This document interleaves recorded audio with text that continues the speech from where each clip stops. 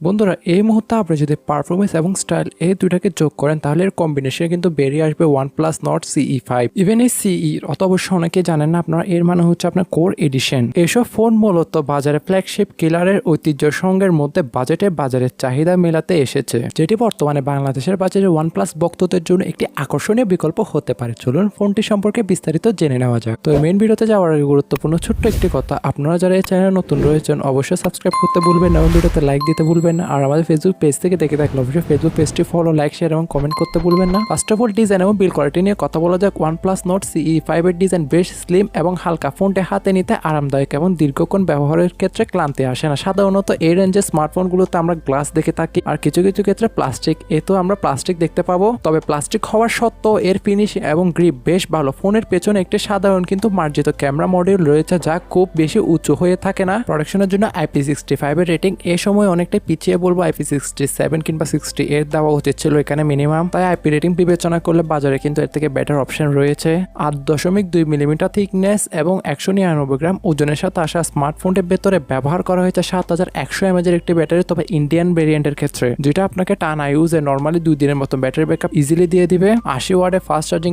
তবে গ্লোবাল ভেরিয়েন্টের ক্ষেত্রে আপনি এখানে 5200 mAh এর ব্যাটারি দেখতে পাবেন, তাই তার ব্যাটারি কম্পাউন্ডমেন্ট আসলে প্রশংসার দাবি রাখে। ফিজিক্যাল ওভারভিউর কথা উঠলে এখানে সকল প্রকার পোর্টস এন্ড বাটন দেওয়া হয়েছে, তবে লেফটে সম্পূর্ণ প্লেন রেখেছে। এখানে কিন্তু তারা সাইলেন্ট মোড বা অ্যাকশন বাটনটা কিন্তু দেয় নাই। সাথে হাইব্রিড সিম স্লটটাকে আপনি মেমোরি কার্ডের মাধ্যমে কিন্তু স্টোরেজটাও এক্সপেন্ডেবল করতে পারবেন। তবে স্মার্টফোনটি এত বেশি বিখ্যাত হওয়ার রিজন তার প্রসেসর। এতে দেওয়া হয়েছে Mediatek Dimensity 8350FX, যেটা 4nm বেস্ট Octa-core একটি প্রসেসর, ফলে যথেষ্ট পাওয়ার এফিশিয়েন্টই বলবো। আর এখানে ম্যাক্সিমাম কোরগুলো হচ্ছে আপনার 3.35 GHz এর Cortex-A715, সাথে Mali G615 MC6 এর জিপিইউটা থাকায় আপনি পাবজি বলুন, COD বলুন কিংবা জেনশিন ইম্প্যাক্ট বলুন, এগুলো মোটামুটি ভালোভাবে প্লে করা যাচ্ছিল। জেনশিন ইম্প্যাক্টের মতন গেম 60 FPS রেখে প্লে করা যাচ্ছিল, সেখানে আমরা এভারেজ ফ্রেম রেট পেয়েছি 54 কিংবা 53 FPS। হাই গ্রাফিক্স গেমের মধ্যে COD, এটা তো আমরা 120 FPS এর সাপোর্ট পেয়েছি, আর পাবজি তো শুধুমাত্র 90 FPS। এখানে কিছুটা হতাশা লেগেছে আমার। আমি পার্সোনালি 120 FPS আশা করেছিলাম, তবে জানি না ইন ফিউচারে তারা আপডেটের মাধ্যমে কি এখানে 120 FPS এর অপশনটা খুলে দিবে।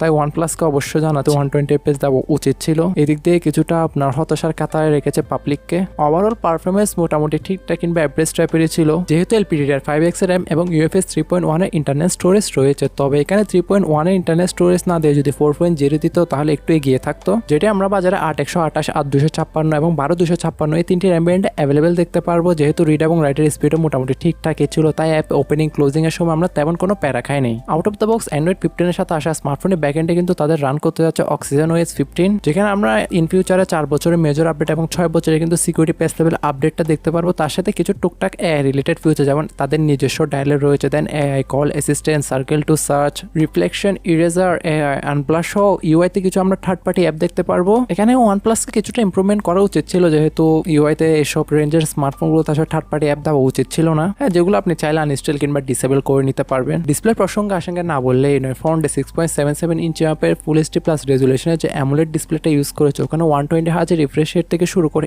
HDR10+এরও সার্টিফিকেশন রয়েছে। তার সাথে 1300 নিটসের আপনার HBM রয়েছে, ফলে সরাসরি রোদের আলোতে ইউজ করার সময় তেমন খুব একটা বেশি প্যারাই পড়বেন না। তবে ডিসপ্লে চিন এবং বেজেলের ক্ষেত্রে একটা প্রশ্ন অবশ্যই উঠবে, এর বেজেলটা ঠিকঠাক থাকলেও চিনটা কিছুটা মোটা লেগেছে আমার। মাল্টিমিডিয়ার ক্ষেত্রে আপনি ডিসপ্লেতে ইমার্সিভ একটা রেজাল্ট পাবেন। আপনার ওয়াইড L1 এর সাপোর্ট থাকায় OTT প্ল্যাটফর্ম যেগুলো ইউটিউব, নেটফ্লিক্স রয়েছে, সেখানে কিন্তু আপনি HDR এর কন্টেন্টগুলো দেখতে পারবেন। তবে এর কিছুটা ইন ডিটেলসে যালে একটা দিক খারাপ লাগতে পারে, এখানে আপনার মোনো স্পিকার ইউজ করা হয়েছে। আসলে এই প্রাইস পয়েন্টটা দেওয়া উচিত ছিল না, এখানে ডিউয়াল স্টোরি স্পিকার দেওয়া উচিত ছিল। সাথে AMOLED ডিসপ্লে হওয়ায় under display optical fingerprint sensory পাবেন, যার পজিশনটা কিছুটা নিচে মনে হতে পারে। অল ওভার ডিসপ্লে নিয়ে বললে এখানে একটা জিনিসই মিসিং থাকবে, LTPO, তার সাথে ডিউয়াল স্টোরি স্পিকারটি। তবে আপনাদের কেমন লেগেছে কমেন্টে জানাতে ভুলবেন না। তবে ভিডিওর এই পার্টে এসে আমি কিছুটা প্রসেসরের কথা বলছি, কারণ আমি আন্তত স্কোরের রেজাল্টটা বলতে ভুলে গেছিলাম। এখানে আন্তত স্কোরে কিন্তু আমরা রেজাল্ট পেয়েছি অলমোস্ট 1.4 মিলিয়ন কিংবা 1.5 মিলিয়নের কাছাকাছি। এখন সর্বশেষ তার ক্যামেরা সম্পর্কে কিছুটা বলা যাক। ব্যাকে ডিউল ক্যামেরা সেটআপ দেখতে পাচ্ছেন, তার সাথে এর আইআর ব্লাস্টারটা এখানে প্রোভাইড করেছে। প্রাইমারিতে সনির LYT600 এর 50 মেগাপিক্সেলের মেন ক্যামেরা সেন্সর, দেন সেকেন্ডারিতে 8 মেগাপিক্সেলের একটি আল্ট্রাওয়াইড, আর ফ্রন্ট ফেসিং 16 মেগাপিক্সেলের একটি central punch hole selfie camera. Overall back camera কোয়ালিটিকে এখানে আপনি অ্যাভারেজের কাতারে রাখতে পারবেন, যেহেতু এটা আপনার একটা পারফরমেন্স সেন্ট্রিক স্মার্টফোন। আর ব্যাক ক্যামেরা রেজাল্টটা দেখতেই পাচ্ছেন, কিছুটা কালার শিফটের ইস্যু আমরা দেখতে পেয়েছি।